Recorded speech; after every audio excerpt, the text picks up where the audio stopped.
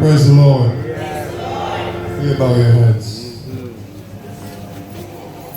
Father, we thank you. We glorify you. We honor you. We know that you are the kings of kings and the lords of lords. You are the conquering lion of the tribe of Judah. Oh, you are the bright and morning star. We worship you. Lord God, we thank you for this day. We thank you for the spoken word by your servant. Oh, hallelujah. Lord Jesus, to live is for Jesus. To die is to gain. So, Lord God, we thank you that the altar call was given. And we thank you for those that raised their hand. We thank you, Lord God, that they are saying, Lord, I'm coming to you. And I pray now in the name of Jesus that you will accept them as your newborns, Lord God. I pray that this day you will sanctify them and draw them into your kingdom, we pray. Bless them, Lord God. We thank you for all that has been said and done. We give you thanks and we give you glory in Jesus' holy name. Amen. Amen. Praise God. Praise God. I think if one person can say yes to Jesus today, then we're making good headway for Jesus. Hallelujah. Hallelujah. Now Sister Francella will come with the eulogy.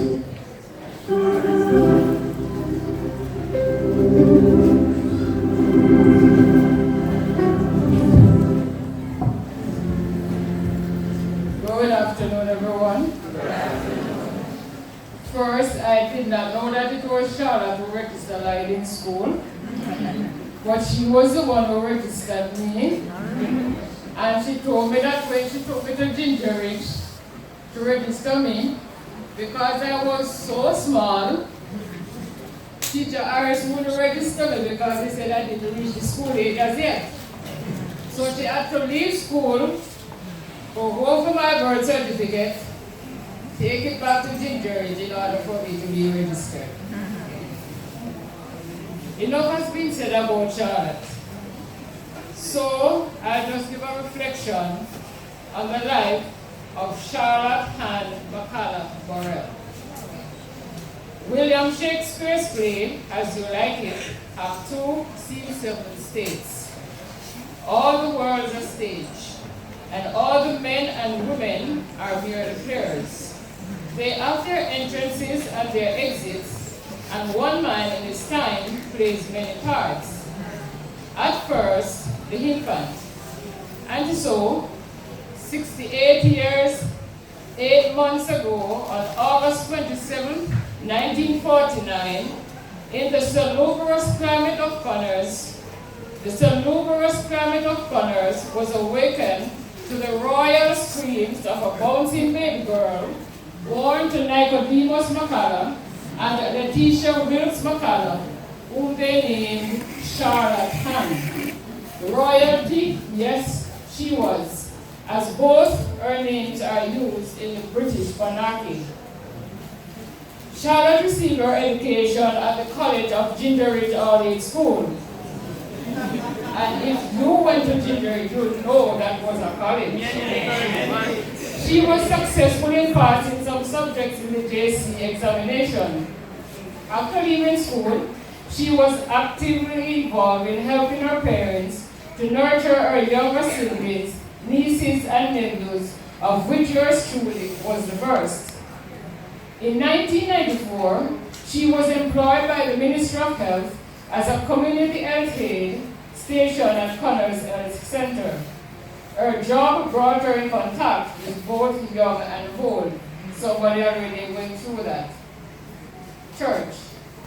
Mashal, Auntie Sita, Miss Sita, Miss Burrell, as she was affectionately called by family, friends, was baptized at the Mount Merritt Baptist Church And she would always boast that theirs was one of the biggest baptisms in the circuit at that time. Church for us was not if, but a must. She was a part of the young people's group. I could remember when we were growing up, and if there was a church function, and we did not go to the church function, go to church, then the function you wouldn't go. Because Paul would always say, church is more important than the function. And if those who felt that they were big steal away and go, sometimes they would have to bounce it in the kitchen for the night. Later, she transferred her membership to Mr. Baptist Church. She became a prominent member of the choir and Sunday school. Choir practice was a ritual, and she was a punctual person. If we go to funeral or anything, and practice time will come up, and some people don't want to come up to go to the yard, she start to quarrel, you know, say she have to go practice, and Sister Helena reach practice, and blah, blah, blah, blah. Whatever rules was set by Sister Helena, she lived up to it. Example, if you don't come to practice on Saturday, you don't sing at the choir on Sunday. So one Sunday, some people came to church, and the choir was scanty. So Sister Elos called them to come on the choir. She tell her friend, Banky, no ma'am, they said if you don't come to practice on Saturday.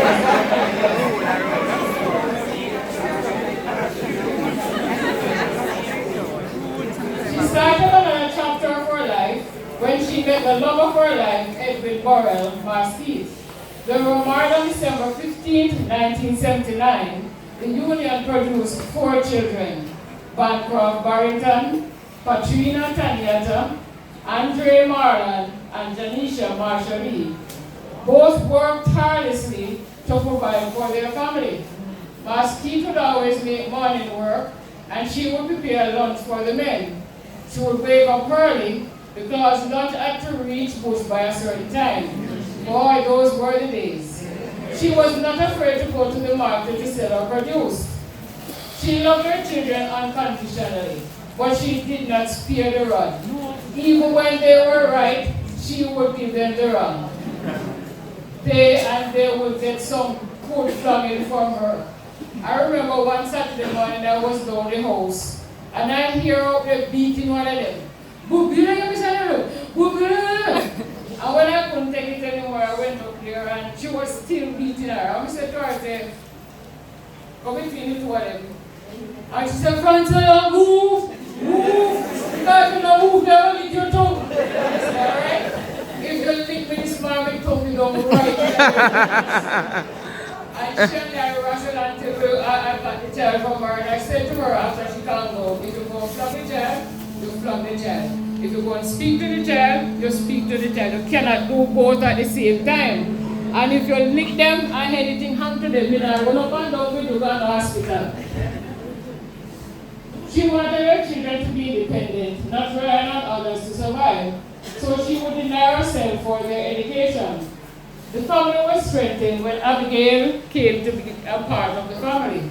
That child was a sample. She was a baby, she gave my child trouble. She never wanted to walk to church.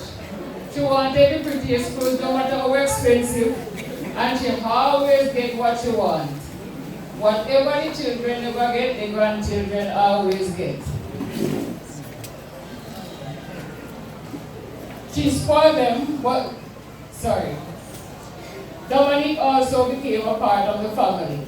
She spoiled them, but they also was not spared the rod. Only Roina, who lived with her parents at the time, did not get any. On April 1st, 1980, she lost her mother. Boy, that was one morning. We'll never forget. Mashakana was copy Kumbu, and then Mumbe. So then I didn't go bush and not tell Charlotte to Mumbe. So Marcy did about farm work, and she had one rabbit where she used to carry out bush with her. So, somewhere, somehow, somebody called, and somebody said, you hear something steady there? And Charlotte here. And she packed up she pulled the boat, and she took up the basket, and she threw it on her head, and she turned down the gun. And she had tried the boat back hard. And not even realized that the boat had got her.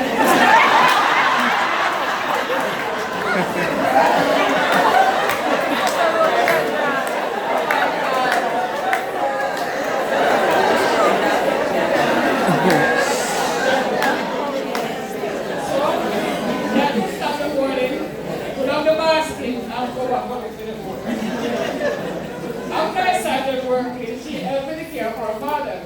She would always find time to visit him in the days. Then at 2 o'clock every day, she would take him his dinner. Then she would go back up, cook for her children who were then at school. She did this until the time of his passing. Most persons fear retirement. Masha looked forward to it. She just wanted to go home to take care of Dominic. And so in 2009, she retired from the government service. She was recognized for 15 years of dedicated service to the health department at a dinner. She received plaques from her colleagues at the Barnes and Connors Health Center, the Southeast Regional Health Authority, and the Jamaica Community Health Aid Association. She also took on the care of her mother-in-law, Emmeline King, until the time of her death in 2011. She took no charges for her service, for as she stated, a master father that. Masha was a generous person. When she gives you anything, she always gives the best. If it was book or red peas, she would shed it more time and give it to you. She would use her money to purchase things for her nieces and nephews when they were coming to visit. She was an outspoken person, and as most people say, she's miserable. When she up there talking with you in the night, yes, you can start with. She was not afraid to call a spade a spade. And she was not afraid of telling any one of her siblings, whether younger or older, what she thought. And she would have said, that if I don't know the yard, they have put me one door. She was helpful. As one family member recalls, Masha don't have to talk to you to do things for you. She recalled at one time, her mother had a baby. Masha and the husband never talked. But she went to his house, step past him, go in and help the mother and baby. After she finished, she sat down and she eat the food when prepared. Step out the yard and never say a word.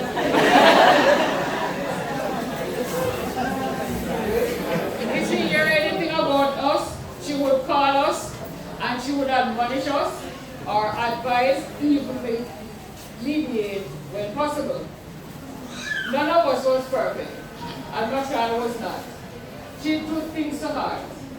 In 2014, when I lost my son, I remember the night she and Mars Scratchy come and wake me up and told me that my son crashed and died. When funeral preparation, she come and she said, Francie, you're not going to manage this. We take over for you. And she took on everything single-handedly. When she finished, she said, those who come and help, we never have money to pay them, we just give them a stipend. Then I broke my right arm, and she came in again and took over everything. Sometimes when she called, and I don't answer the phone, because I don't really work with phone on me. The phone in the house and me outside, I do my work. So when I come in and see the call, I would call her back and say, you alright? And when you give me a call, now me can't get you. You say me that you're river, me a sleep up here or something. If you don't see you or you don't call, I should have said to you, say, you can't call me, man. And with a smile, she would say, me love to see you way. Last year, she went to spend time in Canada with her daughter, Tana. She would reminisce on the time she had with her. She would talk about Tana's achievement and about Dominic, who had migrated to Canada. She missed Dominic even though she was in contact with him. On her return from Canada, she would always cry for weakness in her legs. One day we were talking and she said, Francie, if we don't get a drive, we don't go to church enough. Because we can't take you walking, go and come back. And I'm glad say when we couldn't go, we go. So if we can't go down, we not make it be a problem. If we were going out, I would call her if I don't hear her. I would figure out to walk at another road. And then she would come and say, when if me man they couldn't wait for me, we say, what I call you, I'm going to hear from you. When I decided to go to the US in February, I remember I spoke with her. And I said to her, Marshall, we live 9 Pine, we're sure. I'm sure the 9 Pine. I said the last time we leave, somebody come and make them bring the pine and eat them, but nobody eat them this time. He said, see 9 Pine there, I'm sure. And she said, all right. She said, now come up on the tree. We said, yes. She said, I will come pick you one day and we have some of my yard to buy it and we will put you with it. The morning when I was leaving, and she came to the house and she sat down and she kept repeating, "You're going to be seen a fancy. You're going